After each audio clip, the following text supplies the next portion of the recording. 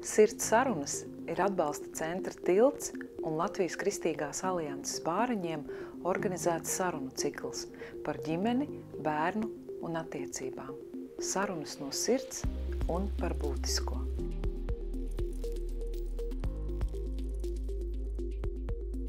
Labdien, mani sauc Dace Rence, un šī ir kārtējā sirds saruna. Un šodien mans viesis ir Munise Ronberga. Sveika, Munise! Sveiki, Dace! Prieks tevi redzēt, paldies, kad tu atradi laiku un kad esi šodien šeit. Patiesībā par tevi es esmu dzirdējis jau ļoti sen.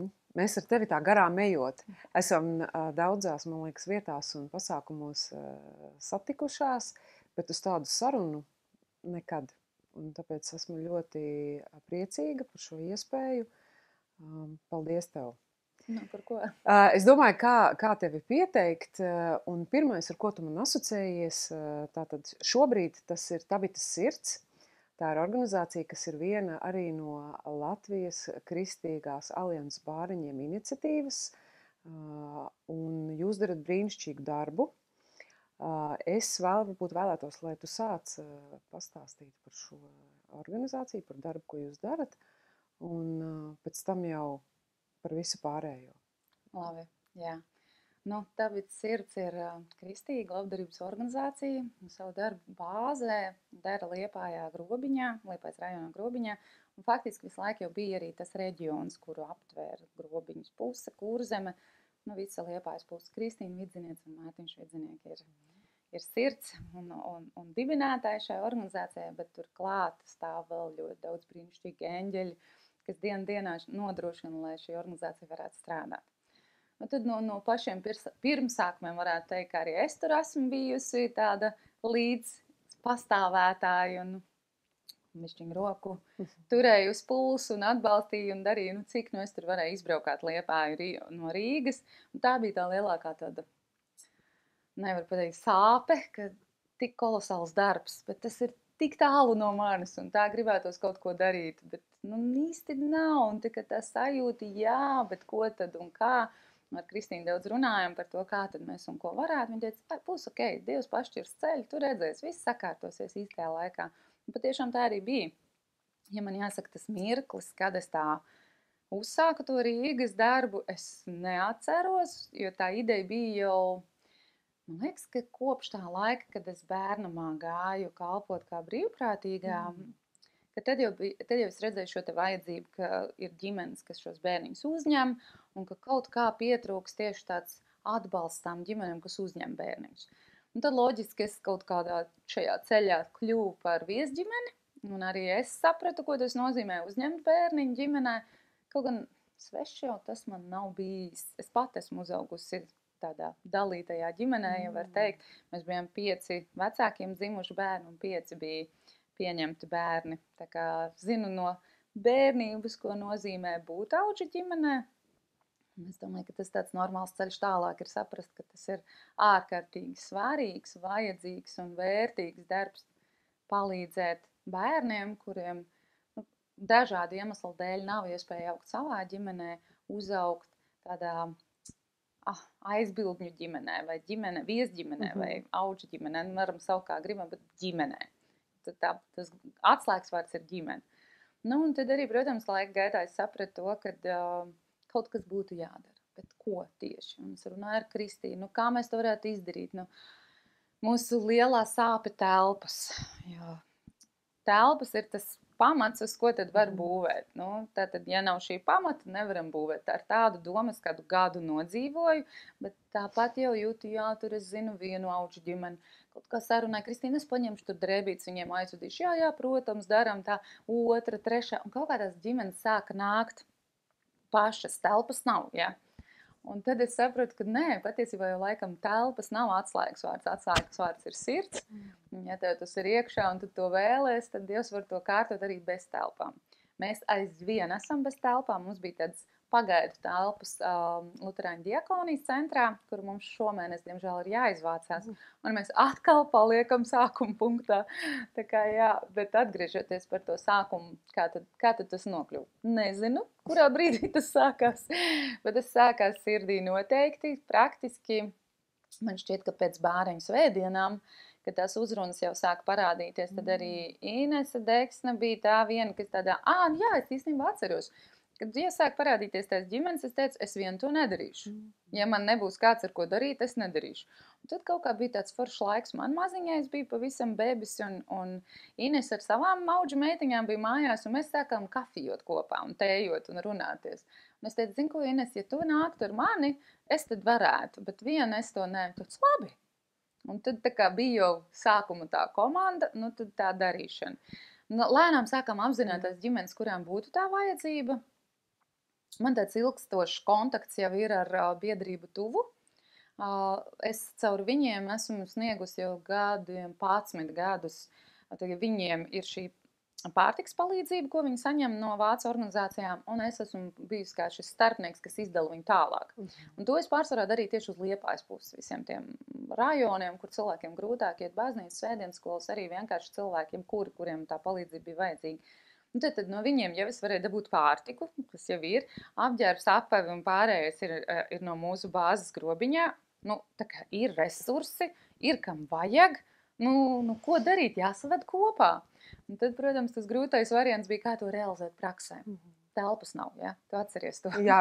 Tad kā to izdarīt, kā sarūpēt, jo iedomājies ģimeni. Tagad, man ir forša ģimene, kur saka, mums ir 4 bērniņi, augums tāds, kā ja tāda, viņiem vajag tur ziemai vai rudenim vai ko. Labi, es piefiksēju, nākamās, savāc savus 10 ģimenes. Kā man viņiem aizgādāt to visu tādu? Tad es saprotu, tieši tā. Braucu uz grobiņu, strādāju visu dienu, salieku drēbītes, salieku apavus, braucu uz Rīgu, sarunāju, vai viņi pie manis atbrauc vai aizved. Baigā loģistika, bet strādā. Saprotu, kad tu redzi to rezultātu, kad tas strādā, tad saproti, ka visas tās neērtības, viņas ir kaut kādu periodu. Būs ok, būs telpas, es ticu, ka būs mums tās telpas. Kad? Nezinu, bet būs. Jā, Klau, tu man jau iedevi tik īsā laikā tik daudz informācijas, es tā mēģinu to visu tagad tā savā galvā sasortēt, lai es neaizmirstu tēmas visas, par kurām mēs parunāt, bet apkopojot tevis jau šobrīd teikto. Tātad tu, Munise, esi organizācijas, tā biedrība, ja? Jā. Biedrības Tabitas sirds, projektu koordinātora, pareizi. Tu esi mamma, Jā. To tu neminēji, bet to es zinu, tu esi mamma. Cik bērniem tu minēji? Es esmu 5 bērniem mamma. 5 bērniem mamma, tas ir daudz. Un tu esi bijusi, tev ir viesģimenes vai aužģimenes pieredze? Man ir viesģimenes pieredze, un tu pati esi uzaugusi kopā ar auģu bērniem? Jā. Wow, tad jau no agrīnas bērnības, es gribētu teikt, Dievs vai dzīve tev ir ievirzījusi, tad jau tādās konkrētās sliedēs, ka tu esi redzējusi tādu citu realitāti. Ne tikai to, kas varbūt ir, tev kā Munisei, tavā izcelsmes ģimenē, bet patiesībā tas, kas notiek tuvu blakus citu cilvēku dzīvēs, tāda saskarsme ar vajadzībēm, ar sāpēm, ar kaut kādiem izaicinājumiem. Jā, noteikti. Tas noteikti ir veidojis to tavu pieredzi vai tās izvēles arī dzīvē uz priekšu, ko tu esi darījusi. Pareizi, es domāju, ka noteikti, jā, bet redzi, man jau nav bijusi opcija, nē, ja es uzaugu ģimene. Līdz 8, līdz 7 gadiem mēs, kaut kas tāds varētu būt, kaut gan varbūt pišķi mazāk, kādi 6 varētu būt. Es biju tikai savu vecāku ģimenē, mēs. Un tad bija pirmais brālis, kas brauca tikai brīvdienās. Viņš bija kā, mana vecāka ģimene bija kā viesģimene, bet tajā laikā tādas nebija, ja tie ir padomju laiki, kur tad tā nesauc. Un viņi braukāja, viņi bija tie, kaut ko līdzīgi darīja, tādas organizācijas arī nebija. To varēja no baznīcām organizēt vai brīvprātīgi. Viņi braukāja pa bērnamiem Ziemassvētkos un citos svētkos, stāstīja bērniem par Dievu un dalīja viņiem paciņas, tur konfekts, tur cilvēki bija saldījuši zeķes un visu kaut ko. Un tāds kolosāls veids, kā bērniem atgādāt, ka viņi nav vieni. Jā. Un tā viņam izveidojas tāda cieša saikne ar manu vecāko brāli, kurš, diemžēl, jau ir mūžībā. Bet tas bija mans pirmais tāds skats, ka ģimenē ienāk svešs puika, un tagad viņš pie mums brauks brīvdienās. Un es kā bērns, brauks brīvdienās, bet tā, ka viņš jau biežāk brauc, tad tā jau saka, kā jau likties, paga, ko tas īsti nozīmē. Un tās lomas, protams, kaut kad sāk dalīties, jā, jo viņš bija vecākais. Viņš bija vecāks par mums visiem. Tagad man ir vecāka māsa, un viņš bija vēl vecāks par manu māsu. Tagad tāds visvecākais tajā brīdī. Un tas, protams, maina to modeli. Bet tas bija tikai brīvdienās. Un pēc tam, jā, man bija kaut 7, 8 gadi, kad mūsu ģimenē sāk nākt pirmie bērni patstāvīgi paliekošie. Nu, kā auģu bērni, ja? Jā, un interesanti, ka neviens no tiem bērniem nebija tāds, ka mani vecāki gāja uz to, kad mēs būsim auģu vecāki, vai mums būs auģu ģimene. Mēs, līdzīgi kā viņi braukāja uz bērnamiem, mēs arī Liepājā gājām uz bērnu slimnīcu, vedāt bērnus pastaigās. Jo tajā laikā bija līdzīgi, kā iespējams vēl šobaldien daudzās vietās ir, ka bērniem nebija iespēja iziet laukā, jo trūka resursu ar vedātājiem. Nu, darbinieku vienkārši nebija. Tad mazie bēbīši pavadīja pārsvarā visu dienu bērnu gultiņā. Tā bija viņu pasaule. Tad, zināmā mērā, nu tev šis ir tā kā šūpulī ielikts. Jā, es domāju, es tu uzaugu, saugu, un man tas liekas pilnīgi normāli. Es atceros, kaut kad bērnībā mums jautāja, kas mums skolā vai kas tur zināja, nu, kā tas ir, ka tevi tagad tādi, tu jūti to atšķirību no tiem īstiem un tiem neīstiem bērniem? Kā viņi var būt neīsti bērni? Nu, tā kā, tas vienmēr likās tik smieklīgi. Man kā bērnam nebija izprotam šī dalīšana tie pieņemtie un īstie bērni. Nu, kas tad ir īsts un kas ir pieņems? Nu, kāda ir atšķirības starp bērnu? Man likās tik ļoti normāli, ka mēs esam vienā ģimenē bērni. Jā. Dalīšana ir izdomājuši pieaugušie. Pareizi. Bērniem tā nav. Bet saki, tu esi ar vecākiem runājusi, nu, tā kā par viņu to sākotnējo motivāciju, nu, kas viņus pamudināja to soli spērt?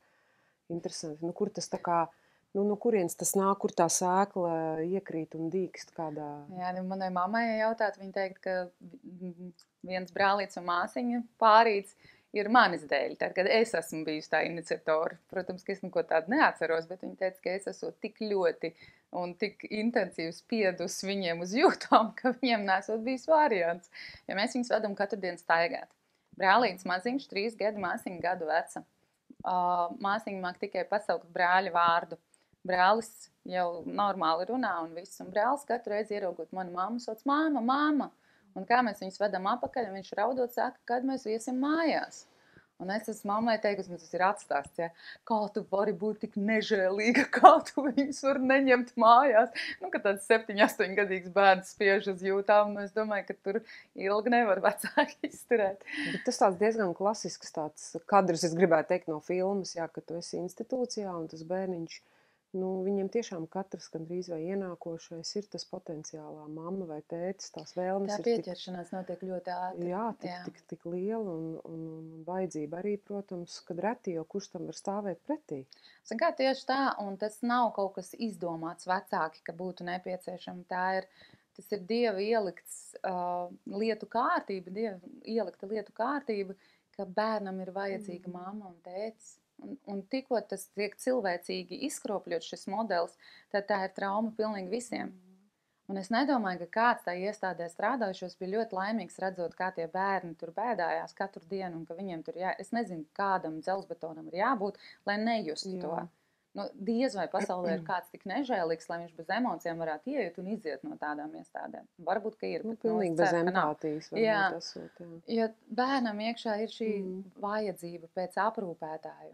Un tā ir mamma un tētis, vienalga, vai tas ir auģu mamma vai tētis vai īstie, kā tur sauc, vienalga bioloģiskie vai sirdī dzimušie. Tas ir ārkārtīgi svarīgs faktors. Bērns bez vecāka nevar izaugt. Labi, tad tu biji tas viens no tiem faktoriem. Nu, tā viņi saka. Tā vecāki saka, tāda ir tā leģenda, ja? Bet viņiem jau līdz tam bērnam arī bija jānokļūst. Nu, ko tāds pāris, nu, cik viņiem tobrīd bija gadi? Nu, zinu, grūti 30 plus gan jau. Nu, ko tāds pāris, kuriem jau bija savi bērni, nu, ko viņi iet uz to bērnu? Man liekas, ka tajā laikā bija tāds izmisums pašos bērnamos arī, ka viņi bija gatavi, ja tā var teikt, tos bērnus dot arī jebkuram, kurš gribētu paņemt. Tas ir mans viedoklis, es nesaku, ka tā ir. Jo es neatceros, ka tas būtu bijis ilgs periods, kamēr bija jānokārto dokumenti. Un, ja godīgi, šobrīd tas ir daudz kontrolētāk, daudz tā kvalitatīvāk tieši auģi vecākiem. Ko es redzu šodien atskatoties atpakaļ, tas lielais mīnus bija šī absolūtā nesagatavotība. Mani vecāki vispār nezināja, uz ko viņi parakstās. Tad ir 2 bērniņi, kur ļoti smagās traumās bijuši. Tad viņi nāca no smagas dzērā ģimenes, kura meitenīte tika izglābta no bada tikai tāpēc, ka brālītis, tas 3-gadnieks, viņai gultiņā meta zaļus kartupeļus. Viņas zīda, viņa tā kā ir bēbis. Vecāki tik tālu ir nodzērušies, ka viņi nedzird, ka bērni histērijā raud, ka viņi ir badā. Viņas tiešām no bada nāves izglāba kaimiņu, dzirdot, ka tur ir ļoti pārāk ilga tā brēkšana. Un tēvs ieraugot, ka tas brālītis ir tam bebītim iemetis to kartupeli, to lielo puiku ar galvu pret sienu triecis. Un viņš dabūja kaut kādu traumu, par ko neviens, protams, neko nestāstīja tajā laikā. Tie bērniņi nonāca mūsu ģimenē. Es atceros to mammas šoku, kad brālim sākās tādas kā epilepsijas lēkmes. Pie katra satraukuma viņš vienkārši nokrita zils zemē un raustījās. Un mamma nesaprot, ko darīt. Nekādas informācijas, nekāda psiholoģiskā sagatavotības, vispār nulle. Ko tu jūti un saproti, ar to tiec galā. Un tad ne ar šiem bērniem strādāja, ne ar vecākiem, ne ar bērniem, kuru ģimenē ienāk, tad darbs netika veikts nekāds. Un tas, protams, mēs tagad atskatoties, visi esam domājuši, cik ļoti dzīve būtu savādāka, ja mums būtu šī palīdzība sniegta. Cik visiem mums būtu daudz vieglāk īstenībā sadzīvot, sadraudzēties, pieņemt, saprast un arī zināt, ko darīt tādās situācijās. Jo es vienkārši abrīnoju savu mammu, kā viņa tam tika cauri, jo tev pēkšņi ir bērns, kuram ir reāls problēmas. Bet kas tā ir par problēmu? Vai viņš dzīvos, vai mirs, vai jāsauc ātrie, vai kas ir jādara? Neviens nav tam sagatavojis. Tie bija pirmie 2 bērniņi. Tā man vecāki joko, viņi paši nevienu nemeklēja, visus viņiem pieved klāt. Ja? Tie vecākais brālis, kurš bija tā kā viesģimenē braukāja, tad bija šie 2 bērniņi, kas ienāca. Un tad bija viens opaps, kurš nāca pie man tēta, zinot, ka mums ir kupla ģimene, un teica, ka viņam ir mazbērni, kurus tikko ielika bērnu namā, jo viņa māmiņa nomira ar vēzi. Un, ka viņš nāca, es neatceros cik daudz, bet man kā bērnam likās, ka katru dienu, iespējams tā arī bija, un vienkārši lūdzās maniem vecākiem, lai paņem šos bērniņus, jo viņš nevarēja izturēt, ka tie bērni aizies bojā bērnamā. Un tad es atceros, ka mēs gājām viņus apciemot bērnamā, tā kā pastīties. Un man likās ārprātīgi briesmīgi redzēt meitenīti, kurai bija nodzīti mati, jo viņai bija gari skaisti mati, un acīm redzot, lai tur tajā laikā utis un vispārējais nebūtu. Jā, ierasta prakse, jā. Un man likās, tie bērni ir ielikt cietumā. Tā sajūta bija tāda. Brālīts un māsiņa lielāki, ja es nemaldos 5 un 7 gadi, bet iespējams es kļūdos tajā vecumā, kaut kas varbūt bišķiņ vecāki. Bet atkal šis stāsts par to sirdsapziņu, ja? Dievs tev ceļā ir nolicis šos bērnus, un tev ir izvēle. Tu būsi ar viņiem vai atteiksies? Kāds tas ceļš, jo tu nezini, ja? Tā, ka nekas vispār nav skaidrs, nekāda informācija.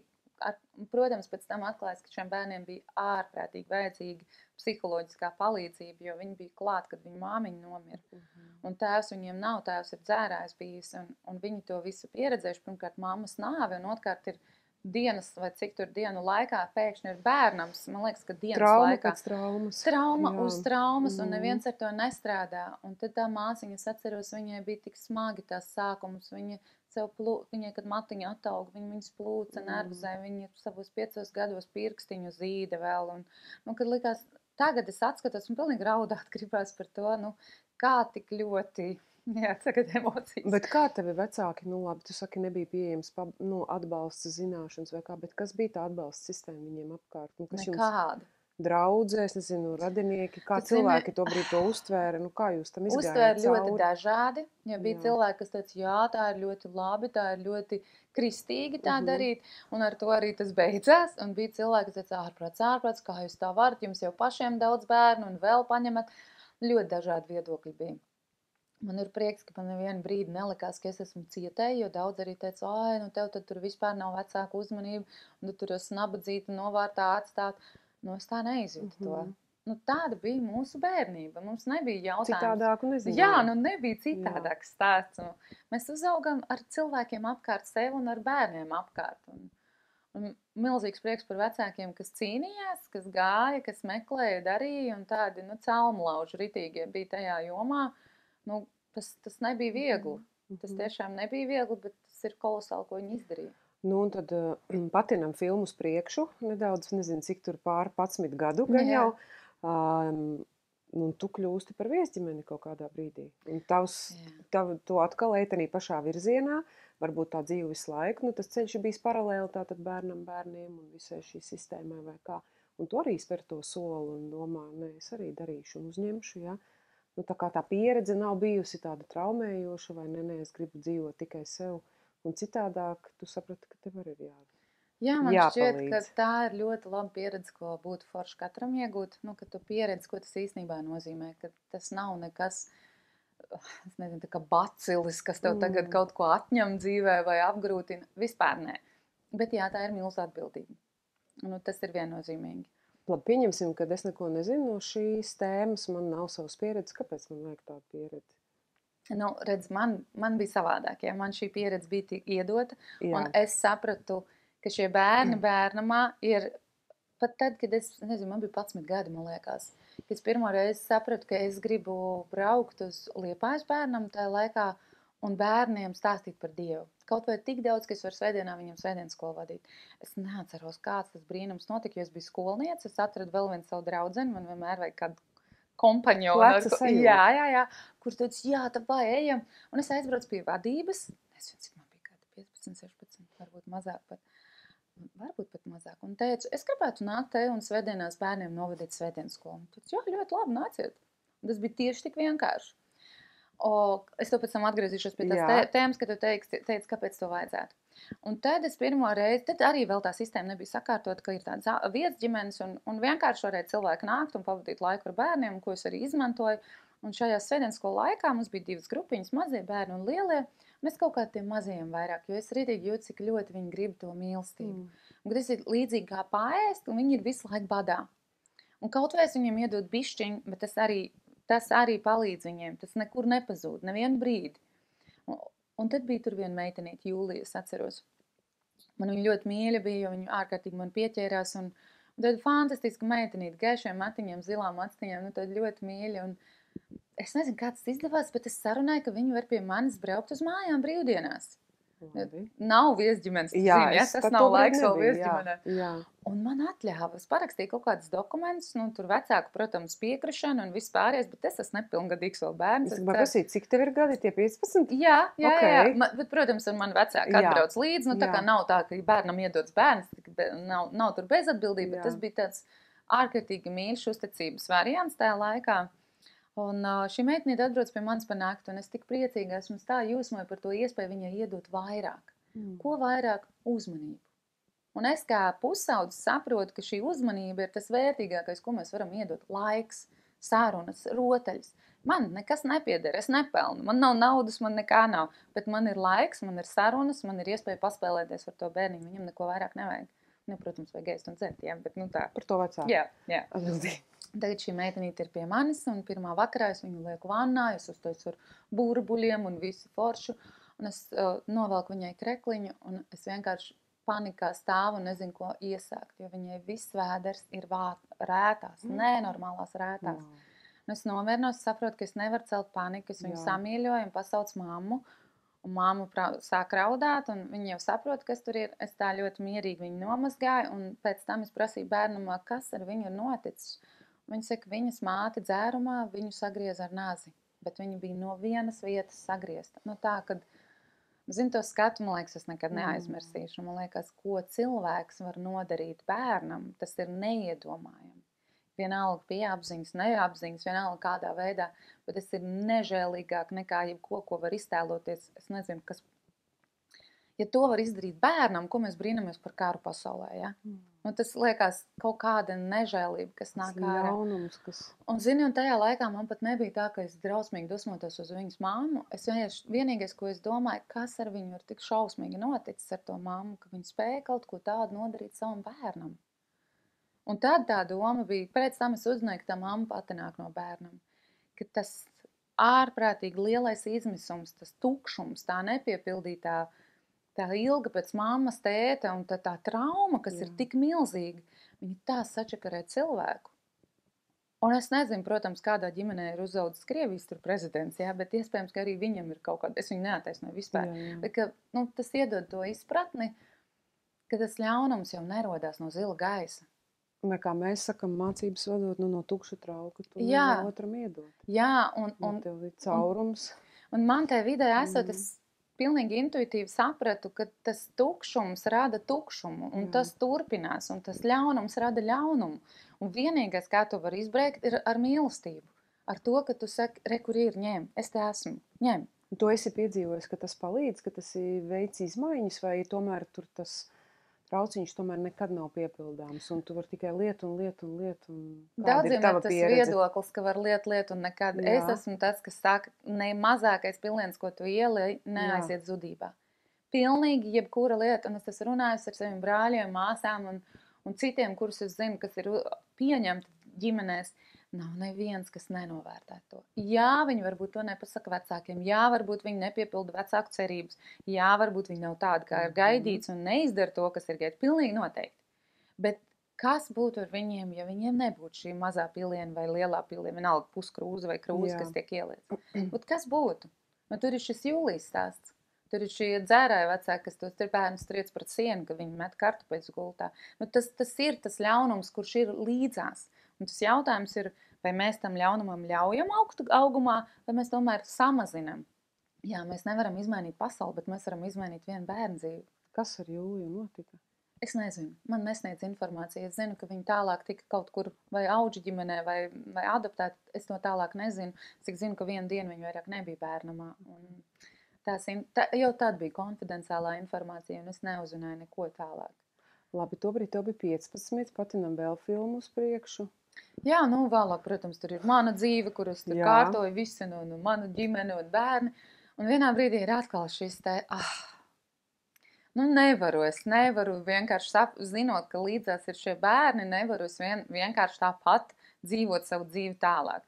Īpaši tad, kad man pašai piedzima bērni, es tik ļoti izjūtu, ko tas nozīmē, ka viņiem ir vajadzīga mamma, ka viņiem vajadzīga šī persona, kas ir viņa piesaistas persona, kas par viņu rūpējās.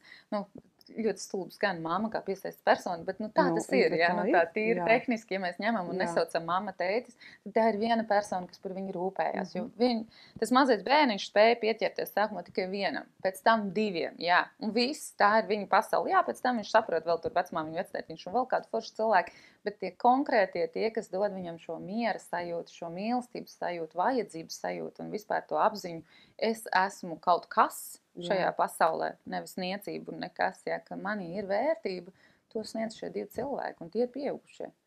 Tev nebija miers, bet tas ir tā, vai tas bija tāds ārēji kaut kāds pamudinājums, es nezinu. Es domāju, kas ir tas, kas nostrādā? Kas mums būtu jādara kā aliansei, kā, atbalsta centram tilts, lai tie cilvēki arī tā aizdomātos, jo tas bija kaut kāda informatīvā kampaņa, kāds raksts, kas tev to pēdējo punktu pielika, kaut kāda pieredzes stāsts, kas... Es zinu, būtu labi, ja es atcerētos. Tas ir diezgan laika atpakaļ. Noteikti, ka tas bija, es zinu, ka tad bija bāriņu svētdiena, kur jau minēja kaut ko tādu. Bija jau bāriņu svētdiena? Bāriņu svētdiena 10 gadu šobrīd? Nē, nebija bāriņu svētdiena. Tad tas bija kaut kas cits. Bet es to nevaru pateikt. Labi. Tas bija kāds impulss, bet es atceros, ka tajā brīdī bija tā, kad man atkal vajadzēja šo otru cilvēku, jo es parasti meklēju komandas biedrus. Es varu, bet foršāk ir divi tā, vai ne? Jā. Kas tas bija par impulsu, es tiešām neatceros. Bet labi, ka tu to pajautā, es par to padomāšu.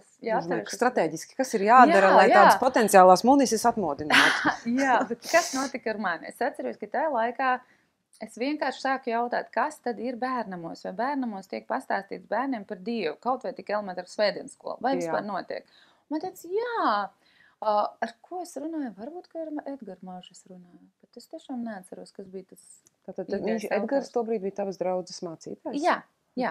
Un viņš kopā ar Oskaru Smoļaku, kas ir Ģētrūdas baznīcas mācītājs, gāja uz Zimans bērnam un lasīja bībeli bērniem. Okay. Man liekas, varbūt, ka vēl tur kāds to darīja, bet es tā 100% to nevaru apgalvot. Un tad es domāju, lasīt bībeli bērniem. 12, 13 gadu klausās, ko dara 5, 6? Cik viņi daudz saprot. Man tīri tā intuitīvi. Bet es arī saprotu, nevienam neko nepārmet, kolosāli, ka viņi to dara. Bet tā tad viņiem nav resursu, kas šiem maziem bērniem kaut ko savādāk dara. Un es domāju, bet es to esmu darījusi. Man ir pieredze svētdienas skolos, man ir pieredze ar bērnamiem. Es taču varētu. Un es zvanu Oskaram Smoļakam. Jā, jo man teica, zvani viņam, viņš pirmais tagad ceturtdienies. Un saku, Klau, nu vai es varētu ar tevi iet kopā? Nu vienkārši pastīties, ko tur var darīt. Nu varbūt, ka es kaut ko varu darīt. Nu vienalga, ko. Es nezinu vēl ko, bet es gribu. Nu tā kā ideja nav nekāda, bet es zinu, ka vajag. Jā, protams, nāc, tur ceturtdien neatceros, man liekas, 4:00 mēs sarunājam tikties. Un viss ok. Un es zvanu savai māsai, jo mana māsa ir Ģertrūdas baznīcā, tā ir viņas draudze. Klausies, tavs mācītājs tur iet. Tu vai nāc ar mani, paklausamies, muška mēs kaut ko varam. Nu labi, davai, ja tu visu norganizējam. Ko tur organizēt? Es nezinu, ko. Nu, mēs vienkārši paklausīsimies, sapratīsim. Pienāk ceturtdiena, un ceturtdienas rītā man Oskars atsūta ziņu, ka viņš ir slims un nebūs. Es domāju, Johaidīs zvanu māsai, nu ko daram? Es saku, nē, es jau esmu izbrīvējis dienu. Ja mēs teicām, ka būsim, ejam bez viņus. Ko mēs tur darīsim? Nezinu, izdomā. Tu vari kaut ko izdomāt? Varu.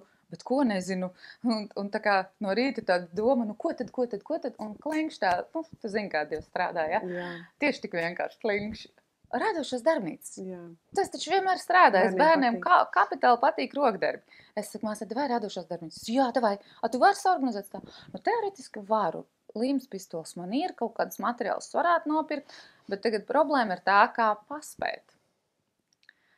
Un tad, protams, tas, nu, ja mums ir darbs, mēs esam darbā, vēl no ofisa un visu mājās, un es biju otrā Rīgas galā, tur, kur ir Dreiliņi, Imants bērnums ir kur, un man Līmes pistols ir mājā pie Ķekavas, tur, nu, tā loģistika ir nenormāla. Un es sēžu un saku, ok, Dievs, es saprotu, ka te viss iet beigi ne tā, kā ir domāts, bet ja tas ir vajadzīgs, tad sakārto tā, lai es tiešām paspēju, tieši 4 būt tai bērnamā. Un mēs zvanām tam mācītājiem un sakam, Klau, mēs būsim tavā vietā. Viņš, jā, super, vai esiet, viss kārtībā, viņš tur sarunās, un mēs tā arī dodamies. Es tiešām nevaru pateikt, tas ir tāds brīnums, ko es aizvien atceros, es izbraucu 3:00, un fiziski ir neiespējami līdz 4 būt Imantā. Tieši 4:00 esmu Imants bērnamā. Es esmu pa ceļam nopirkusi radošām darbnīcām materiālus, paņēmusi Līmes pistols un nokļuvusi tur galā. Un tā mēs pie abas divas stāvam, nezinot apmēram ko, atnāk bērniņi, un viss notika tik dabiski. Nu tā, kad, nu pilnīgi bez jebkāda iespringuma un bez nekāda scenārija. Mēs vienkārši sākam kaut ko taisīt. Es neatceros, kas toreiz tie bija, varbūt kaut kādas kartiņas vai ko, bet vienkārši sajūta, ka atkal nekas sarežģīts nav vajadzīgs, nekāda super izglītība vai zināšanas, lai iedotu bērniem laiku. Tas ir vērtīgākais, ko mēs varam iedot. Jā, un tas maksā vienlaicīgi visu, un tāpat laikā neko, jā. Vai jums pievienojās arī citi? Jā, un tas bija pats foršākais. Tas laiks ir tāds tiešām kolosāls, kad tikko kāds vēl pastāstiem, un tad sākās pēc brīdiņa tās bāreņu svētdienas. Un tajā bāreņu svētdienā es arī aicināju, kas gribētu. Un viens brīdis bija tik superīgs. Mums tā kā tādā atmodas laikā, 90. gados, kad draudzes bija pilns, ja, tā bija arī bērnamā. Mans mērķis bija tāds, cik mums ir bērni, tik katram ir vajadzīgs pieaugušais vai lielais draugs, kā es viņu sauc. Lai viņi varētu viens pret viens strādāt. Lai šis bērns varētu darboties un lielais asistēt. Un tas bija tik forši redzēt, kā tie bērni pēc tā ilgojas un cik ļoti viņam daudz tas deva. Un bija mums tas brīdis, kad tiešām mums bija pilna tā zālīte. Mums 2 daļās atkal dāvājām maziņie un lielie. Un katram lielajam bija savs lielais draugs un katram mazam savs lielais draugs. Un ka viņi varēja kopā darboties. Un zinu, tas bija tāds laimes brīdis man tai sajūtā, ka es redzēju un es zināju, vienalga kā šis stāsts beigsies, kaut kad viņš beigsies. Nu, tā tas, diemžēl, ir. Jā. Covids. Es gribēju prasīt, kā šis stāsts beidzās. Tā kā, ja tu gribi paskriet priekš, kā viņš beidzās. Un arī formēšana. Tik bērnam pārformēti. Un Imants bērnums kļuva par jauniešu centru. Tā kā arī tas mums ļoti visu mainīja. Bet, nu jā, Covids bija tas galvenais. Tas pozitīvais bija tas, ka neviens no tiem bērniem, kas tajā laikā bija, neaizgāja bešā. Katram bija kaut kāda draudzība. Man tik ļoti patīk, ka citas draudzības pārvērtās par to, ka šie bērni nokļuva ģimenē. Tiešām? Jā. Ir pastāvīgi. Jā, auģi ģimene, un kas adoptēja arī ir. Tā kā tie bērni, kas tur nāca, neviens nepalika bešā. Visi kaut ko ieguva. Kāds ieguva mentoru sev, kāds draugu, kāds ieguva milzīgi daudz aizlūkšanas, ka man liekas, visi viņi to ieguva. Un ieguva arī šie lielie draugi, ka viņi ieraudzīja, ka viņi īstenībā var, ka viņiem ir ko dot. Daudzi, kas līdz tam vispār nebija domājuši par kaut kādu iespēju tur bērnus uzņemt ģimenē, sāka domāt, ka viņi to varētu. Ja nu tā pieredze bija, šī praktiskā pieredze iedod pilnīgi citu sajūtu. Kamēr tā ir teorija, tikmēr tas ir tāds labs darbs, ko kādreiz varētu izdarīt. Bet, kad tu praktiski esi ar šo bērnu kopā, Un tu ieraugi, cik tu īstenībā daudz var Tas izdarīt. kļūst reāls un tāds pat taustāms. Jā. Bet ko tas mainīja tavā dzīvē? Nu, lūk, tur bija Laura. Laura. Laura ir mana krustmeita, un patiesībā viņa izvēlējās mani. Viņa vienkārši maza, drosmīga, forša meitenīte, kas atnāca un teica, es gribētu, lai tu esi man viesģimene. Vispār nezinu, ko tas nozīmē. Mērķtiecīgs Es bērns. domāju, ka viņa pat arī diez vai to zināja. Viņa bija dzirdējusi to, ka viesģimene varētu braukt mājās. Nu, es aizgāju pie vadītājas un teicu, nu, Laura gribētu. Un teicu, nu, labi, ja Laura grib, ja jūs gribat, mēs varam nokārtot tās formalitātes. Un tad es uzzināju, ko nozīmē šī te tehniskā puse, kas noteikti nav viegli, un es pilnīgi saprotu citus, kuri padodās, tāpēc, ka tas process ir ilgāks, un tas, Bet tas nav neizdarāms. Tas nav neizdarāms. Mana motivācija bija Laura, un es domāju, ka tas varbūt ir atslēga vārds, ka tu pazīsti jau kādu bērnu, Jā. kurš tev iekrīt sirdī, tad nav neviena formalitāte par Jā. sarežģītu. Kamēr tu tikai teorētiski krāto, tad, man ir darbs, man nav laiks tur izbraukāt pie psihologa vai psihoterapeitu un dokumenti un viss tāds atļaus. Es pilnīgi to saprotu, jo tā ir tāda abstrakta lieta, kam tu kaut ko gatavojies un tu īsti neredzi tam jēgu. Bet tad, kad tev jau ir šis bērns, viņš arī ir jēga. Un tā kaut kā ļoti forši un organiski nokārtojās šie dokumenti, un Laura varēja braukt pie manis. Interesanti ir tas, ka es vienmēr esmu domājis, ka es varētu būt adoptēt vai pieņemt savā ģimenē kādu bērnu. Un interesanti bija tas, ka saprast no Dieva, ka tas nav mans ceļš. Kā tu to saprati? Ļoti grūti ar baigo pretošanos. Nu, tā, kad Laura, kad bija pie manis, viņa nevarētu teikt, ka mums gāja visu laiku kā par roždārzu. Ja? Nē, kaut gan tieši tā, par roždārzu. Tur ir arī ērkšķi. Smaržo un ir ērkšķi, Jā. jā. Baigi skaisti un ir, kad var sadurties. Protams, ka Laurai arī ir šīs te traumas no bērnam, kas ir pilnīgi visiem bērniem. Jā. Un, protams, ka tu redzi, kur ir gan šī, kā jāsaka, sistēmas nelaime, kad šie bērni domā, ka viņiem nekas nav jādara un viss tāpat notiek. Un ka šīs negribēšana, tas ir tas, Patērētāji tāda būtība. Nedaudz. Kaut kādā mērā, jā, ka viņiem nav šī pienākuma apziņa. Kaut kā nav šī sajūta, ka forši ir darīt kaut kāds darbiņus, forši ir palīdzēt. Ja tur viss tiek izdarīts viņu vietā. Viņi ir tiešām tādi, viņi pat gribētu. Es domāju, ka viņi noteikti gribētu, jo es pie mazajiem to redzēju, ka viņi grib aiznest šķīvīt. Nē, paņemšu. Un ka viņiem nav šī iespēja nemaz iesaistīties tajā dzīvē īstenībā. Jo pēc tam viņiem arī šis ir. Kāpēc? Jā, Tas ir jādara, un īpaši pusauģu vecumā. Mm. Un jebkura pusaudzim ir šis te Jā, būdis, tur pilnīgi visiem tas ir. Bet ja tev jau ir bijis tā bāze, kad visi pieaugušie izdara tavā vietā, tad kāpēc tev vispār censties? Tas bija pirmais mans pārsteigums, un tad atrast šo pieeju, kā tad mēs tomēr daram kopā, ja? Paralēli ir mani bērni, kuriem arī viņi jau jūt, ka kaut kas nav. Un tad Atvainot, cik to brīdi teviem bērniem? Lielais, tagad baigi grūti atcerēties tos gadus. Cik maziņi, vai tāds pusaudzis jau, vai tāds? Vidējais puika man bija vienā vecumā ar Lauru, viņi abi bija kaut kādi 5, 6, un tad bija pusaudzis, jā. Un tieši vidējiem bija visgrūtāk, jo viņš jūt, ka viņam ir konkurence ģimenē. Un tā konkurence ir diezgan valdonīga un pieprasoša. Un tagad viņa mantas, viņa lietas, un tā, ka... Un viņš sāka diezgan daudz raudāt. Viņš tā kā nepretojās, bet viņš raudāja. Un es jūtu, ka man ir baigā šī te, es domāju, ka katrs auģu vecāks to ir izjutis, kuram pašam savu bērnu un pieņemtie, ir tā berze. Kā atrast to pareizo līdzsvaru, jo tas nebija tik mierīgi, kā es tagad stāstu. Tur bija arī normāls psihošanas un viss tā kā normāli, tā kā dzīvē. Un atrast to resursu, saglabāt mieru, un atrast to kompromisu ar bērniem. Jo arī tā ir baigā māksla. Es tev nedaudz izaicināšu, vai es pareizi saprotu, tu sarunas sākumā teici, ka nav jau savējie vai pieņemtie. Jā. Un te tu tā kā saki, visi auģu vecāki zina to sajūtu, kuriem ir savi bērni.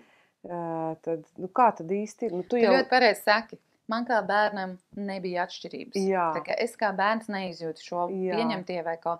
Tad, kad tu esi pieaudzis, tu apzinies, ka tu paņem bērnu ar bagāžu. Un bērnu pilnīgi, tā kā tev jau ir uzauguši kaut kādu periodu tavi bērni, un pēkšņi šajā logā ielec viens, kura šo iepriekšo periodu nekādu nevar nemainīt, neietekmēt, nezināt.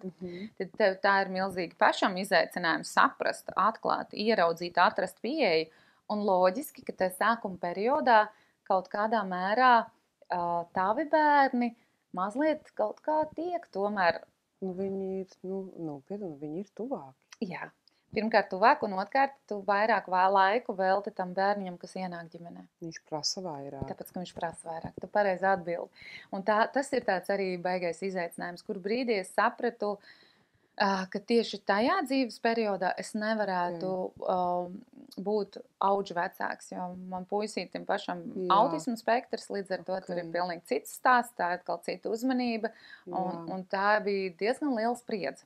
Bet tā pozitīvā ziņa ir tāda, ka es nevienā brīdī arī neteicu, ka es būšu auģu vecāks vai viņi varēs dzīvot. Mums tā vienošanās no sākuma un gala bija, ka mēs esam viesģimeni. Un es teicu, es būšu tavs draugs. Un no paša sākuma arī teicu, Laura, es tev palīdzēšu visā tajā ceļā, kamēr tu nonāks ģimenē, jo es zinu, ka tev būs ģimene. Un Laura sāk braukt uz svētdienas skolu, mēs sākām lūgt Dievu, un viņa tik forši un dabīgi ticēja, ka Dievs dos viņai ģimeni. Kas bija tajā laikā, kad mēs bijām kopā kolosāli. Man skumji ir, ka bērnumā tas tika pagriezts savādāk, un ka bērnumā es tiku pagriezta par slikto, kura neņems tagad bērnu ģimenē, jo kaut kā viņiem likās, ka, ja šī ir tā viesģimene, tad viņi arī paņem to bērnu. Turpat arī tā kā jāpaliek. Jā, un tad, kad viņi man sāka teikt, kad tad jūs ņemsiet, es teicu, paga, bet mēs no paša sākuma runājam, ka es neņemšu bērniņu, es būšu viņai blakus, es viņai šobrīd tas, kas ir manos resursos, ir būt draugam. Jā. Un es gribu būt viņas draugs un palikt. Un tad bija tāds ļoti grūts stāsts par to, kad viņi sāka liekt man tikties ar Lauru, jo tā kā meklēja Laurai ģimeni. Bet pozitīvais tajā visā bija tā, ka Laura nāk no lielas ģimenes. Viņai tajā brīdī bija 10 brāļu māsas. Jā. Un kā tu zini, to stāstu brāļus māsas nedala. Jā, bet 10. Jā, un tieši Lauras stāsts un mūsu draudzība pagriez to, ka šis bija gadījums, kad dalīja. Un katrs bērns nonāca ģimenē. Katru sadalīja. Nevis tā, ka citi tur pa grupiņām. Citi pa divi, citi arī par vienam, kas ir kā nu kurā brīdī, bet viņus sadalīja. Un tas bija fantastisks rezultāts tai mūsu draudzībai, ka visi, domāju, tā ir tikai mūsu draudzība, kur ir savas grūtības un izaicinājumi, un kur arī tā kā liedz mums vēl to draudzību priekšām. Bet pateicoties tam, ka es cīnījos un teicu, Laura ir tik spējīga, ka viņai ir jāiet vienai prom, viņai ir jābūt ģimenei, viņai ir vajadzīga auģu ģimene, viņai nav jāpliek bērnamā. Paldies Dievam, ka Laura bija uzkāpus uz nāru pāris audzinātājiem, kurus teica, jā, jo viņi bija grūtais bērns. Un grūtie bērni ir visforšākie. Ko tu saki, kā tu saproti, ir grūtais? Bet ir pārēzie bērni, kas bērnamā sēž un visu ir tādi, es tāds bērnamā nā. Es to redzēju. Ej uz istabu, jāaiziet. Paņem to, jā. Un es šausmīgs vārds, bet tie ir tādi dārzenīši. Briesmīgi, bet viņi jau ir tik tālu salauzti, ka viņiem vairs nav šī cerība uz vecāku, viņiem nav vairs šī cerība uz ģimeni, un viņiem arī ir pazuduši šī vērtība, es kaut kas esmu. Laura un citi, kas ir šie spridzeklīši un izlacēji, es viņus mīlu. Jo viņos ir cerība. Saprot, viņi spītē. Viņi ir pret to sistēmu. Viņi cīnās. Nē, tu man tā nedarīsi. Nē. Nu, tā kā, protams, ka viņi ir grūti. Viņi ir grūti, jā, izaicinoši. Bet viņi zina, ka viņi kaut kas ir. Viņos vēl ir šis nesalauztais gars. Jā. Cik Laurai tagad? Nu, Laura ir pusaudze, liela meitene, bet stāsts par Lauru. Vēl uz priekšu, lai es ļoti ceru, ka tas kādu iedvesmos arī kļūt kaut vai par viesģimeni, ja neko vairāk, bet būt draugam kādam bērnam ceļā līdz šai auģu ģimenei. No tagad es zinu, ka ir auģu ģimene, kas ņems Lauru, bet man vairs neļauj ar viņu tikties, jo bērnamā ir izdomājuši, ka tas nākšot viņai par sliktu. Bet es esmu Laurai apsolījusi, ka es būšu blakus, un es nevaru lauzt solījumu bērnam. Man ir tā iekšā, ka es vienkārši vāros, es nevaru likties mierā, neguļu ne dienu, ne nakti. Zvanu Kasparam. Prūsam, kas es klausies, paigāšu tēle. Es nevaru, man bērnu liek auģu ģimenē, bet es solīju viņai būt blakus. Ko lai es daru? Kā lai es savu solījumu pildu? Jo es pilnīgi saprotu, ka tas nav normāli, ka man tagad izolē. Mēs esam gadiem jau kopā bijuši un pēkšņi es kā viņa tuvākais cilvēks tieku. Pilnīgi, noņems no strases vis tādā izaicinošākā brīdī, kad tieši viņai visvairāk es esmu vajadzīga blakus. Kaspars saka, Klau, es painteresēšos, Es neatceros, cik tur ilgs tas termiņš bija pāris stundas laikam, ka viņš man zvana atpakaļ. Viņš saka, es zinu to ģimeni, kas ņems Lauru. Es tā, wow, kādā veidā? Saka, viņi nāk pie mums uz tiltu. Nu, redz. Es tā, tu nos, cik super. Saka, Klau, varbūt apvaicājies tai ģimenei. Ja es kaut kā varētu viņiem palīdzēt īsā versija, ģimene ļoti priecīga, zvana man, lūdzu palīdziet, jo mēs neko nezinām par to bērnu. Jūs taču viņu pazīstat. Ideāli. Jūs taču zinat, ko viņa ēd, ko viņai garšo, nepatīk, patīk un vispār. Jā, es zinu, jo es esmu viņas draugs, es esmu viņas tuvākais cilvēks šobrīd. Mēs roku rokā, citreiz nezinu, cik stundas dienā norunājam, cik īziņas apmainījāmies. Mēs esam... Un šobrīd esam fantastiski draugu ģimenes. Tieši šovakar braukšu pie viņiem ciemos. Tā kā aizvien draudzējamies un vienu otru atbalstam un iedrošinām. Un Laura ir jau uzaugusi daudzus gadus šajā ģimenē. Ja vien būtu iespēja, šī ģimene viņu adoptētu. Bet tīri juridiski? Nē, viņi var to izdarīt. Bet tīri no šīs te... nesakārtotās pabalsta lietu sistēmas. Mēs pārējām uz nākamo tēmu. Jā, tur mēs aiziesim viennozīmīgi. Un tas ir skumji. Jo ģimene ir gatava šos bērniņus. Viņiem stāsts par ģimeni. Ģimene vienu bērniņu, tikai vienu, pašiem ir liels dēls, paši jau ir ap 50, tikai vienu bērniņu ņemsim un viss. Laura. Mīlestība no pirmā acu uzmetiena, jo Laura vienkārši fantastiski. Viņa nevar nemīlēt. Un tas laiks, ko mēs pavadījām kopā, kad viņi iepazina Dievu, iedeva vēl kaut ko, wow. Jā, raksturu, bet es mīlu viņas raksturu, jo viņi panāks dzīvē daudz ko tieši tādēļ, ka viņai ir šis raksturs. Lūk, un ģimene tagad ir ar vienu bērniņu. Pēc kā mēs jau esam forši visu apraduši, viņi jau pieraduši, jau paiet laiks, un beidzot Laura vairs tik ļoti neraujās pie manis, bet jau grib pie šīs ģimenes, un jau sāk viņu saukt par mammu, un tā kā šī pārēja notiek. Jā. Un viņi bija tik mierīgi un fantastiski, es katram to novēlētu piedzīvot, tam, kas ir iesaistīts tieši šādos stāstos, kā tas ir, kad bērnam ir bijis šis draugs, kurš palīdz aiziet viņam jaunā vidē, kurš zina par viņu visu un kurš palīdz iepazīt to vietu, kur viņš pāriet, ka tā drošība un miers ir pilnīgi kaut kas cits. Gan ģimenei, kas uzņem, gan bērnam. Atbalsta bija liels milzīga atbalsta persona, jā, un tas ir kaut kas kolosāls. Un es teiktu tā, viesģimene ir šī atbalsta persona. Un katrs, kurš var būt atbalsts, un es domāju, ka katrs var būt viesģimene. Vai viespersona. Jā, ja viens pats arī var būt. Jā, tas nav teikts, ka jābūt ar pārim tieši tā. Lūk, un vienu bērniņu. Pēc kāda laika viņi saka, Klau, mums te bāriņu tiesa saka, ir viena meitenīte ar ļoti smagu stāstu un vecāku. Un ko darīt? Es saku, Ilze, tu taču zini, lūdzu Dievu, ko citu darīt. Es taču nezinu ne to situāciju, neko, neviens mēs nezinām. Un viņa reāli lūdzu un saprot, ka jāņem. Un viņi paņem vēl vienu meiteni. Es vienkārši viņus abrīnoju, viņi ir kolosālākie cilvēki, ko es pazīstu, abi divi vienkārši, mīloši, fantastiski. Un ar tādu paļāvību uz Dievu, ka es katram tādu novēlētu. Un ka viņi tiešām saka, ar prātu šito darīt nedrīkst, tikai ar sirdi. Un prāts bija jāpieslēdz pēc tam, kad tev ir ikdiena. Bet tā, lai to lēmumu pieņem, tur ir tikai sirds. Un tagad, viss ir kārtībā. Un man tāds prieks ir, ka Ilze redz to vērtību brāļos un māsās. Tas, ko viņa dara, viņa taisa tādus mini salidojumus Lauras brāļiem un māsām. Uztur kontaktus. Jā. 2 no Lauras māsas, 3 ir Amerikā. Un tas arī paldies Dievam un fuj tiem, kas izdomāja to, ka šis ir jāpārtrauc. Jo Lauras māsām, dažām no viņām ir mentālas un arī fiziskas problēmas, kas ir jāārstē, ko Latvijā neviens nedrīkst, un vienai no māsām ļoti smagas. Ja šis es nezinu, kurš bija tas vainīgais, kas to pārtrauc. Es tev varu pateikt. Fuj viņam, pilnīgi fuj, varbūt viņš var kaut ko mainīt. Grupējums. Lūdzu, grupējumu mainiet kaut ko. Godvārds, tas bija labākais, kas varēja būt šiem bērniem, jo Latvijā viņiem nevar nodrošināt ne ārstēšanu, nekādam viņi ir pirmkārt vajadzīgi, ne arī viņiem ir kāda nākotne. Tātad 3 māsas ir Amerikā. Paldies Dievam. Un kolosāli un pārējie bērniņi kaut kur citur pa Latviju. Ko dara Ilze? Lauras dzimšanas dienās viņa aicina visus pie viņas. Un tas ir vienkārši, es katru reizi līdz asarām esmu būt tur klāt, jo es kā krustmāte arī tur Amerika arī pieslēdzās? Amerika nepieslēdzās, bet kas notiek ar Ameriku? Lauras mammu Ilze uztur fantastisks kontakts ar Ameriku. Viņi sazinās regulāri. Un tikko Laura bija 2 nedēļas pie māsām Amerikā. Wow. Tā kā tas ir kaut kas... Lūk, piedod, ka es tev parādu, šis ir piemērs tam, vai pretarguments tam, šī grupējuma argumentam, ka bērns nonākot ārvalstu adopcijā zaudē saikni ar savu izcelsmes ģimeni, ar saviem brāļiem un māsām, viņš vairs neko nezina, viņam ir liekta sava izcelsme un pagātne un tā. Nav. pilnīgs Nu, muļķības, protams. tiešām nav. Tiešām nav. Un te ir stāsts par to, ja kāds gribētu to uzņemt, varbūt šis grupējums var uzņemties. Tā būtu kolosāla, Aizvedīsim tos bērniņus pēc tam. pilnīgi Jā. cita sfēra, kur viņi varētu padarīt šo negatīvo par pozitīvo. Organizēt šos braucienus, lūdzu. Tas nav grūti. Sāk kontakti, mamma, tētis, brāļi, māsas, brālēni, māsas. Nav Bet vai vēlēšanās, tiešām tas kāds nav par to grib? Tas nav Jā, par to. jo redz, te arī tas tāds, ka Ilze, lai arī viņi gribētu, ir viena ģimenīte, kas ir pieņēmusi 2 bērniņus no šīs ģimenes, kuri īsti to nevēlas. Un tas arī Latvijā? Jā. Okay, tā kā nekur nav stāsts par Ameriku. Tieši tā. Arī Vietējie Latvijā var negrib negribēt. kontaktus. Tā kā tas ir pilnīgi atkarīgs no cilvēka, nevis no valsts vai no kāda cita.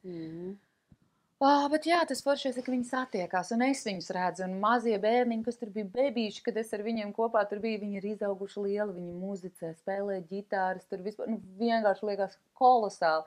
Tā ir tā milzu svētība, ko es redzu no tā mazā, ko tu teici, vai tas piliens ir tā vērts. Jā. Mēs gājām tikai radošās darbnīcas vadīt. Tas viss sākās ar to, ka saslima mācītājs? Jā. Tad tev bija slimībai arī ir jāpieslēdzās, svētība, jā. Un viss Un tā ir tā aizgāja. ķēdīte, jā, un ka tu tagad redzi tās Dieva darbi. svētības, ka tu redzi, un tu reāli to baudi, un viņa nav vienīgais tās. Tur ir vairākas bērnu ģimenes un bērni, kur mana māsa ir krustmāte vienai citai meitnītei, kur arī visi 4 bērniņi ir ģimenē vienā, tagad kauču ģimenē, un viņi turpina kontaktu. Tā ir milzu svētība, ko mēs katrs varam īstenībā dot no tādas mazas sēkliņas vai no mazas piliena. Jā, un kas tad ir tālāk ar Ilzi? Viņai jau tas dūlums neapstājās, un pozitīvais dūlums. Viņa turpina uzturēt arī kontaktu ar Lauras bioloģisko mammu. Tas ir nākamais līmenis. Tas ir level up, un es katram to novēlu no visas sirds, jo katrs bērns ir ieguvējs. Lai kāda ir mamma, vienalga, un viņas mamma nav slikta, viņas mammai vienkārši nav tāda mentalitāte vai tāda prāta dotības kā visiem cilvēkiem. Viņa ir garīga atpalicība, vienkārši runājot. Un viņa nespēja par bērniem rūpēties, bet viņa ir fantastisks cilvēks. Viņa nav ne alkoholiķis, ne vardarbnieks, nekas vispār. Viņai ir vienkārši nav šī izpratne par aprūpi. Un te ir vēl viens rops tādā sistēmā. Jā, ir šie te asistenti, bet jautājums, vai viens asistents, kas ir pieslēgts ģimenei, var visu pamanīt. Varbūt viņš nogurst. Varbūt ir vajadzīga vēl kaut kāda atbalsta metodika, jo tā mamma mīl tos bērnus. Un tas ir redzams. Viņai vienkārši nav šī prasme rūpēties. Un viņai ir tie 10 bērni. Viņai bija vairāk. Jau ir kaut kāds 12. laikam bija, jā. Turpinās? Vairāk nē, tagad 2 stop. Bet stāsts būs tieši par 11 un 12. Tad Ilze uztur arī kontaktu ar mammu un ļauj Laurai tikties. Un viņa arī zina, ka mamma gaida nākošo bērnu.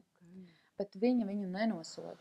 Un te ir kaut kas tāds, ko mums katram iemācīties. Mazgāt kājas tam, kurš mūsuprāt ir zemāks par mums. Viņa iet viņai palīgā. Viņa saprot, ka viņa tā kā neprot to ēst gatavošanu, viņa neprot to aprūpi. Viņa ņem mazāko bērniņu pie sevis, lai mamma varētu atpūsties, kamēr gaida to nākošo bērniņu. Un arī, kamēr viņa dzemdību laikā bija, viņa ņēma, vēl pievaktēja viņas to bērniņu, tādā veidā atbalstot viņu. Vai tas nav kaut kāds eņģeļa darbs, ko viņa dara? Man liekas, kurš no mums to varētu tā vienkārši tur vajag izdarīt? īpašu sirdi. Viņa to dara pilnīgā paļaujībā uz Dievu. Viņa saka, es lūdzu, un Dievs man saka, dari. Un es eju un daru. Un tie, kuri domā, ka tie, kas lūdz un dara, ir tādi neizglītoti cilvēki, Ilze ir ar augstāko izglītību ļoti labākā darbā. Tā kā, tās arī tie arī ir mīti, kurus es apgāžu. Un šī gadījumā viņa saka, klausies, man bet ko man darīt? Jo ja viņai piedzimst tas mazais, un ja arī to atņems, es taču nevarēšu viņu paņemt. Saku, bet kāpēc tu vispār to domā? Es taču nevarēšu arī citiem viņu dot. Nē, Ilze, tu esi pilnīgi dula. Bet... Izklausās, ka Ilzei vajadzētu atnākt parunāties šeit. Ilzei noteikti vajadzētu atnākt parunāties. Viņai ir tik daudz Dieva mīlestības. Jūs nojaušat apmēram to stāstu turpinājumu. Šobrīd 2 mazākie bērniņi ir Ilze sauču bērniņi. Jā, un tas, kas ir skaistākais, mazo bērniņu mamma, nevaru to regulāri pateikt, bet reizi nedēļā tiekās ar mazajām meitām un ir auklīte viņām. Tikmēr Ilze var padarīt savus darbus. Kaut kas ne no šīs pasaules tas izklausās. Bet tas ir kaut kas tik kolosāls. Šito vajadzētu mums kā piemēru. Es esmu tik laimīgi būt tam blakus un to redzēt dienā, jo mēs tiešām katru dienu gandrīz sarakstāmies, varbūt katru otro.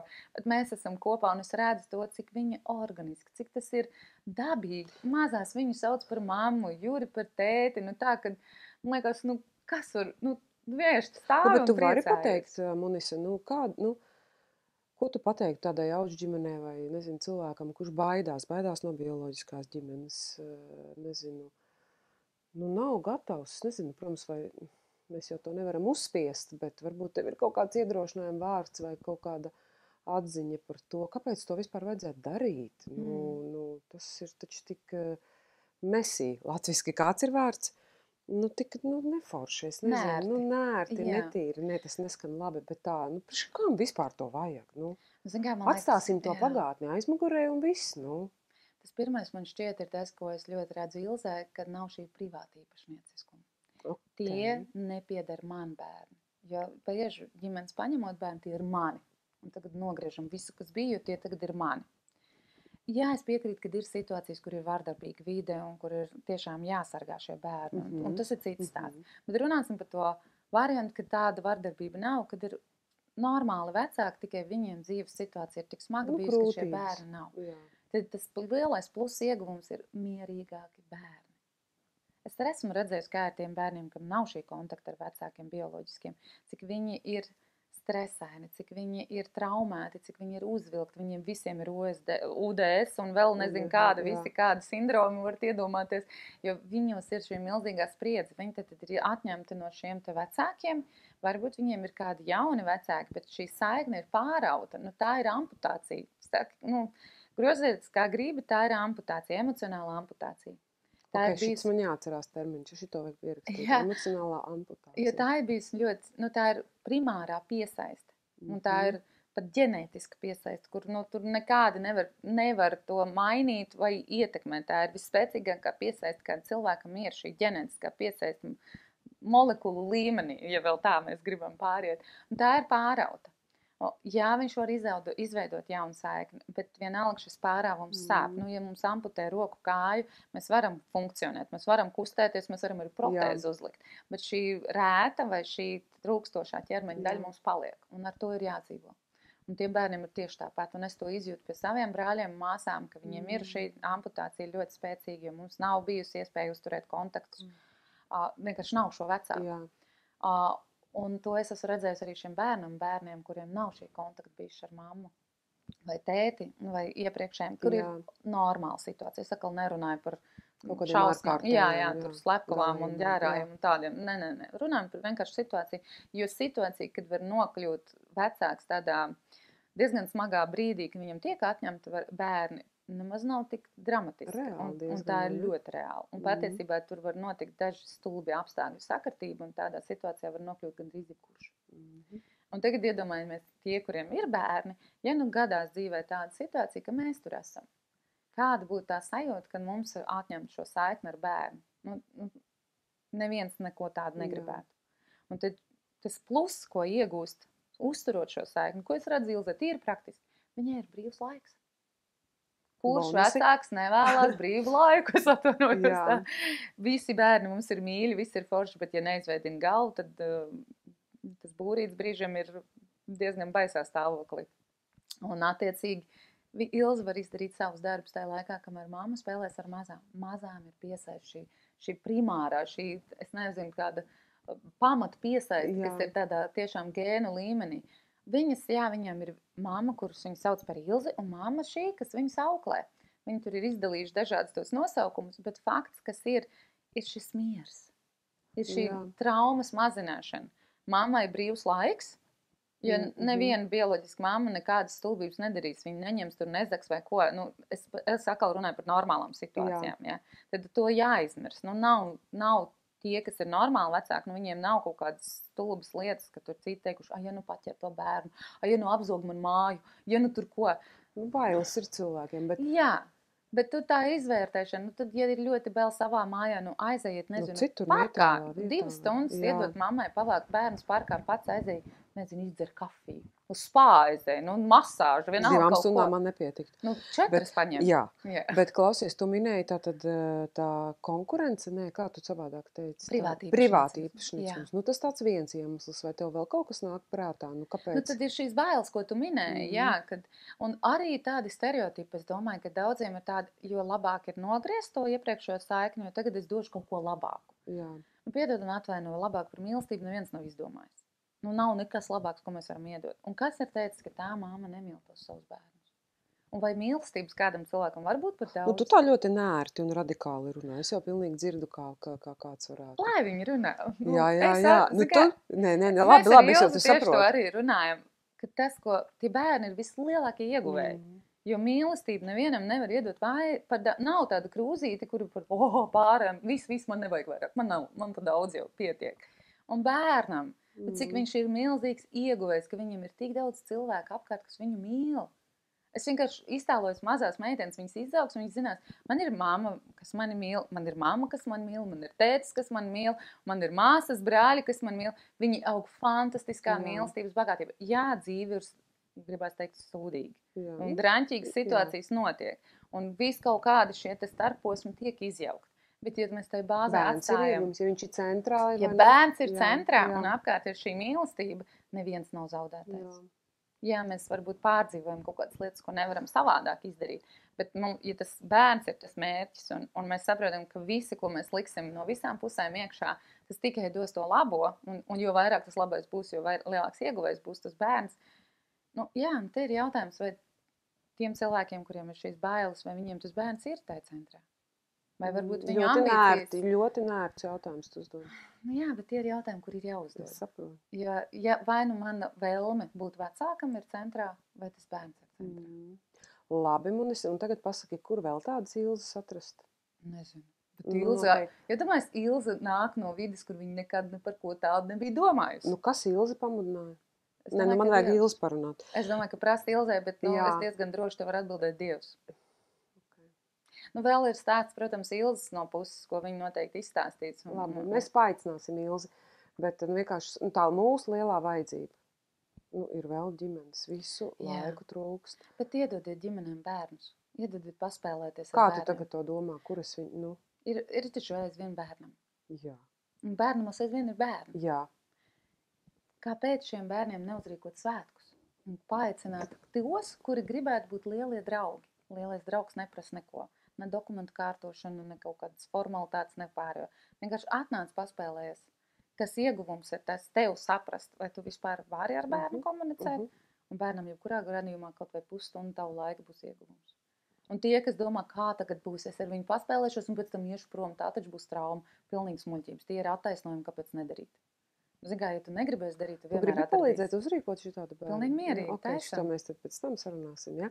Ar palīdz bārņiem komandu, ja?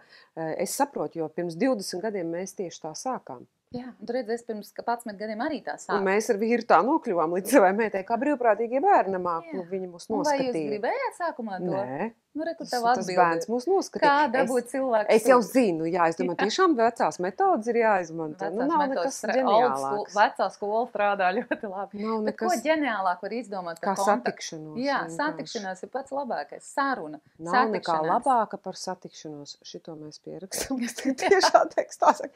Nav nekā labāka par satikšanos. Tieši tā, jā. Jo tas ir visa sākums. Bez satikšanās nav mīlestības, bez mīlestības nav stimula kaut ko darīt, bez šī stimula neiet tālāk visu uz priekšu. Jā.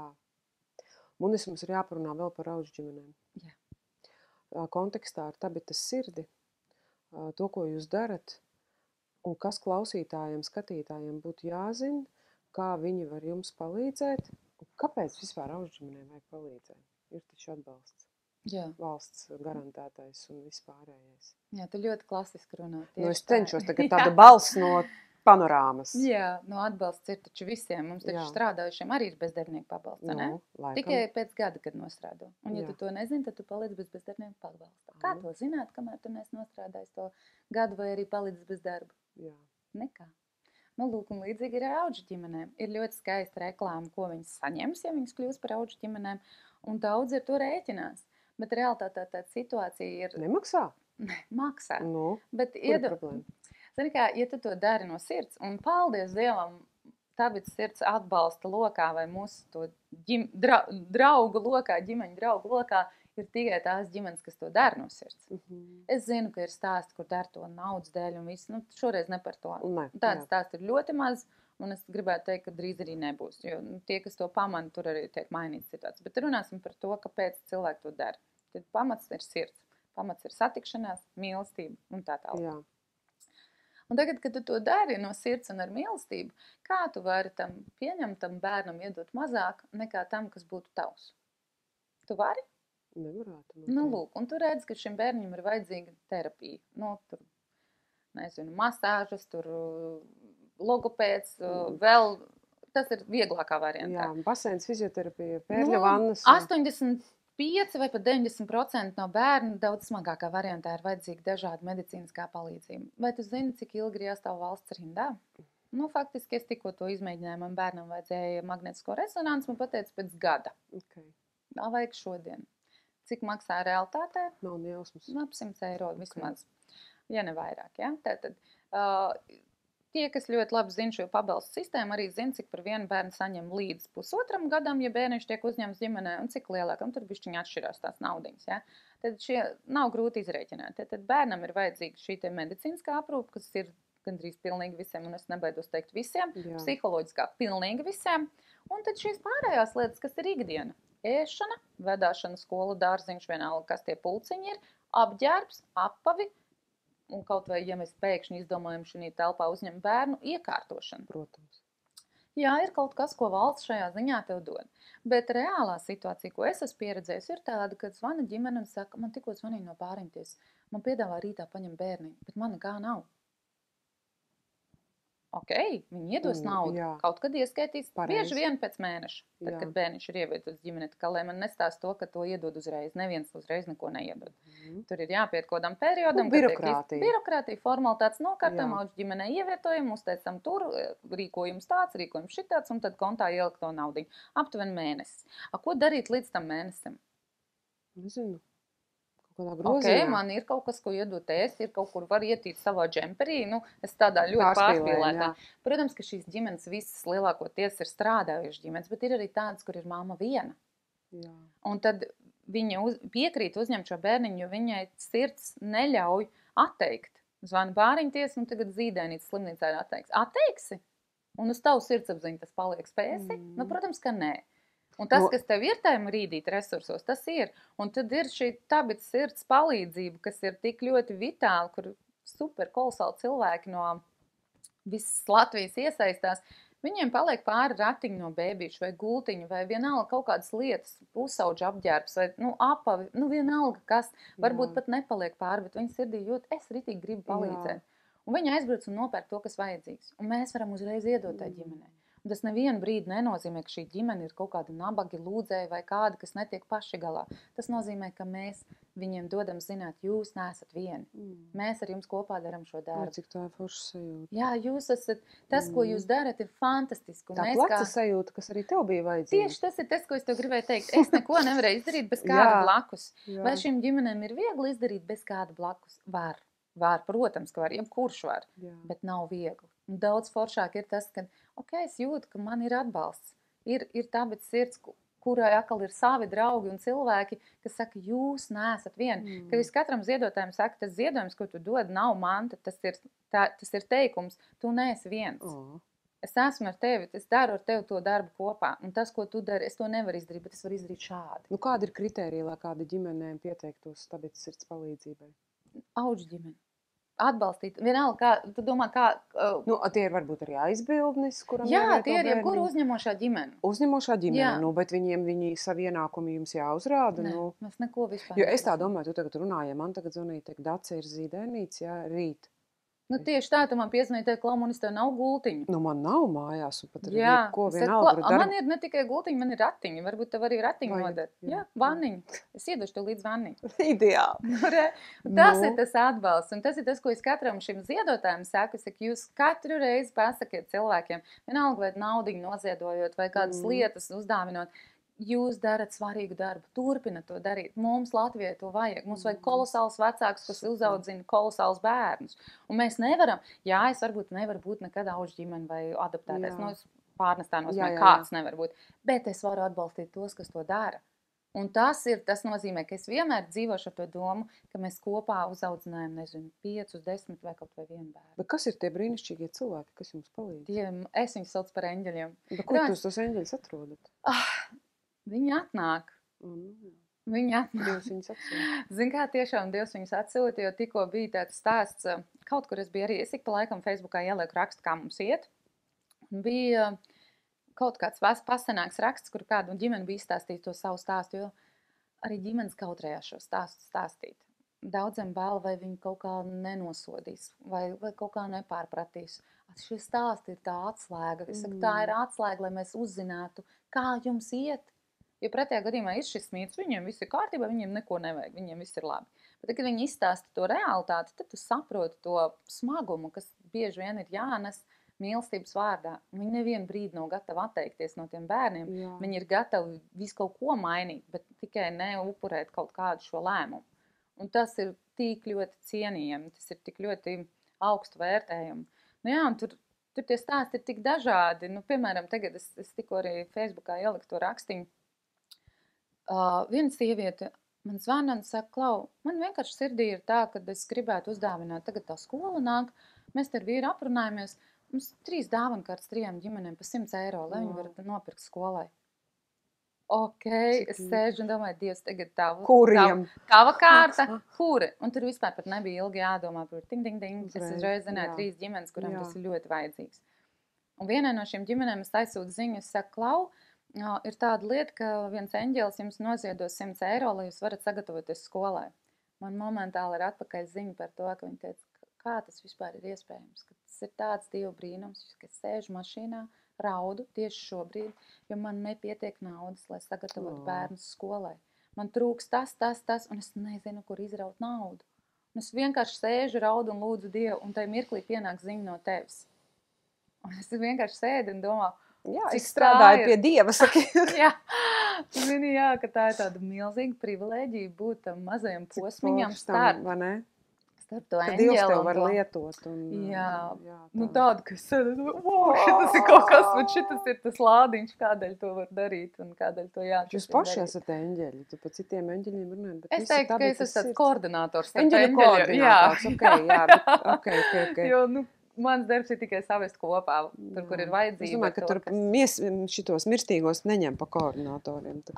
Man liekas, ka es vienkārši esmu kaut kā tikai paklusot un tā bišķi piestrādāt. Bet, labi, klausītāji, skatītāji tagad klausās un skatās un domā, šitā izklausās laba lieta, bet vai tad es arī ko pasāki ir rīcības plānu, kur jūs atrast, ko darīt? Facebookā noteikti Tabitas sirds Rīga ir tas mūsu Audžu ģimeņu projekts. Var rakstīt un pieteikties jebkāda veida palīdzību, ja gribās sniegt vai arī ir vajadzīga. Mūsu tas mērķis ir audžu ģimenes un uzņemošās ģimenes. Tā kā, ja tās ir tomēr citas ģimenes, tad es aicinu vienmēr iedot citus kontaktus. Jo es ļoti gribu palikt pie šī koncepta, ka tas mūsu atbalsts vai tā mūsu mērķa grupa ir tieši šīs uzņemošās ģimenes, lai viņas arī ir daudz kur citur, kur var citi saņemt šo atbalstu, bet es maz zinu vietas, kur var saņemt atbalstu tieši uzņemošās ģimenes. Tad, arī ģimenēm tas ir aicinājums noteikti. Es vienmēr priecājos un tad Inesē saka, ka dienīgi vēl mums 10 ģimenes pienāca klāt. Es nezinu, kur raušu viņiem atbalstu, bet gan jau Dievs dos. Dievs gādā. Un tad no otras puses, protams, tie, kas grib atbalstīt, jebkāda veida atbalstu. Un es ticu, ka Dievs liks sirdī vispareizāko. Mums te tikko končus noziedoja bērniem. Viņi tik laimīgi, sporta apavi, visādas lietas, jebko, ko var iedomāties. Tā kā labas, foršas lietas, ko tiešām būtu prieks pašiem uzdāvināt. Un jums pašiem tā tad ir vajadzīgs telpas Rīgā? Ļoti, jā. Tātad ja tur nāks kāds Rīgā, eņģeļi. Tātad, kurš vēlās piedalīties šajā, kā tu teici, nemirstīgo darbā eņģeļu birojā? Jā. Tad mums tiešām ļoti vajadzētu telpas. Ideālā variantā Pārdaugavā, jo mēs paši esam Pārdaugavā, tad vieglāk ir izbraukāt tur un visu sakārtot. Mēs palaižam šo tagad es gribu teikt kosmosā, bet tīklā. Pasaulē, kas zina. Dievs zina. Un tiešām milzīgs paldies katram, kurš atsaucās un palīdz un iepriecina. Katru reizi ir tāds milzīgs prieks redzēt. Tagad tikko Ziedot LV palīdzēja tikt pie skolas somām 32 ģimenēm, Tā arī ir viņa iniciatīva. Viņa visas tās somas, kas Alfā tika noziedotas, uzdāvināja audžu ģimenēm. Un skolas preces, kancelēs preces, man liekas, vienkārši kolosāli. Super.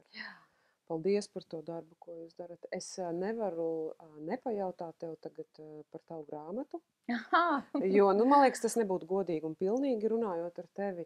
Es pateikšu godīgi, es pati daudz nezinu, man tavas grāmatas nav. Es zinu, ka tu esi izdevusi grāmatas, es Facebookā redzējusi kaut kādu informāciju, kaut kādus rakstiņus, ne vai stāstus. Nu, īsumā ieskicē varbūt kādam, ja interesē, kur to var atrast, par ko tā ir. Un sanāk, tu esi rakstniece. Nu jā, tas arī tāds interesants Dieva pavērsiens, ko es galīgi tā kā neplānoju, bet tas ir viņa pārsteigums, ko viņš spēja izdarīt ar cilvēku, ja tu saki viņam jā. Grāmatas ir 4 šobrīd. Jau 4. 3 latviešu valodā, 1 angļu valodā, un procesā ir 5. Tā kā, ja Dievs dos, tad būs. 5 grāmatas, jo te rakstnieku sērija tagad ir. Tad pirmās 3 ir ikdienas pārdomas katrai dienai. Tas ir tāds īsi stāstiņi ar bībeles pantiem un pārdomām, ka katru dienu izlasot ir tāds foršu bateriju no rīta, kafijas krūzes, kā es saku, lai varētu dienu iet uz priekšu. Tās ir 3 dažādi varianti, kur var izvēlēties. Lielākā daļā grāmatnīcas kristīgajā ar Jāni Rozē, un beig galā ir pieejams, var nopirkt. Un saucās kā 365 iespējas. Un Munise? Es neliku daudzām savu vārdu uz vāka, jo... Kā tad es viņu varu tādu? Tā arī sauc ir 365 iespējas. Iespējas. Jā, tādas nebūs daudz, tādas būs tikai 3. Labi. 3 iespējas izvēles. Un jā, Facebookā arī ir kaut kāds tev lapa, nav? Facebookā ir lapa 365 iespējas, kur arī laikam. Kādreiz es to darīju viena pati. 5 gadi tas bija katru rītu 5 celties rakstīt un tad sūtīt. Bet tagad man ir forša komanda, tā kā es daru tikai 2-3 reizes nedēļā pārējās dienas. Ir plats? Man ir atkal šis plats, atkal šī satikšanās, jā. Viens nevar? Nē. Es gribu teikt, ka kaut kur Bībelē gan tas pa laulību teiks, bet vienalga es to izmantoju sev vienmēr, ka 2 labāk nekā 1. Uz šīs nots par to, ka 2 labāk ir nekā 1, uz to, ka plecs sajūta ir nepieciešama mums visiem, par to, ka eņģeļi ir īsti mūsu vidū, es šobrīd noslēgšu šo mūsu sarunu. Manuprāt, mēs noteikti varētu turpināt pēc kāda laika. Es redzu, ka tev sirds deg kā liesma, acis arī, pieredze tev ir milzīga, un tu esi cilvēks īstajā vietā. Es zinu, ka tos, kas daudz dara, arī bieži vien daudz, es nevaru teikt sit, bet ir grūti, ir izaicinājumi, ir pārbaudījumi, lai tev pietiek spēka, lai Dievs tev svētī, sargā un visu to tavu darbu, tavu ģimeni, tiešām, lai tā liesma nenoplauk. Un turpina degt ar tavu 5. grāmatu, lai viss izdodās. Paldies! Jā, mēs noteikti pievienosim sarunai klāt saiti uz Tabitas sirdi. Aicināsim klausītājus un skatītājus izpētīt, padomāt, iesaistīties un darīt. Paldies tev, milzīgs Munise. Laiks paskrēja nemanot. Jā. Es saku arī sirsnīgi paldies. Es to nesaku katru reizi, es vienkārši aizmirstu. Mūsu cilvēkam aiz kamerām, Kārlim Kārkliņam no draudzes mājvieta, uz kur es ik pa laikam paskatos aiz kameras un kaut kādu ziņu mēģinu nodot. Šis viss nebūtu iespējams bez viņa atbalsta un palīdzības, tā kā draudzes mājvieta arī un viņa svētība ir ar mums. Paldies jums, ka jūs klausījāties un skatījāties. Lūdzu, dalaties ar šo sarunu, lai vairāk eņģeļi uzzina par iespēju palīdzēt, lai vairāk ģimenes saņem atbalstu un lai vairāk bērni atrast mīlušas ģimenes. Svētības jums visiem. Visu labu.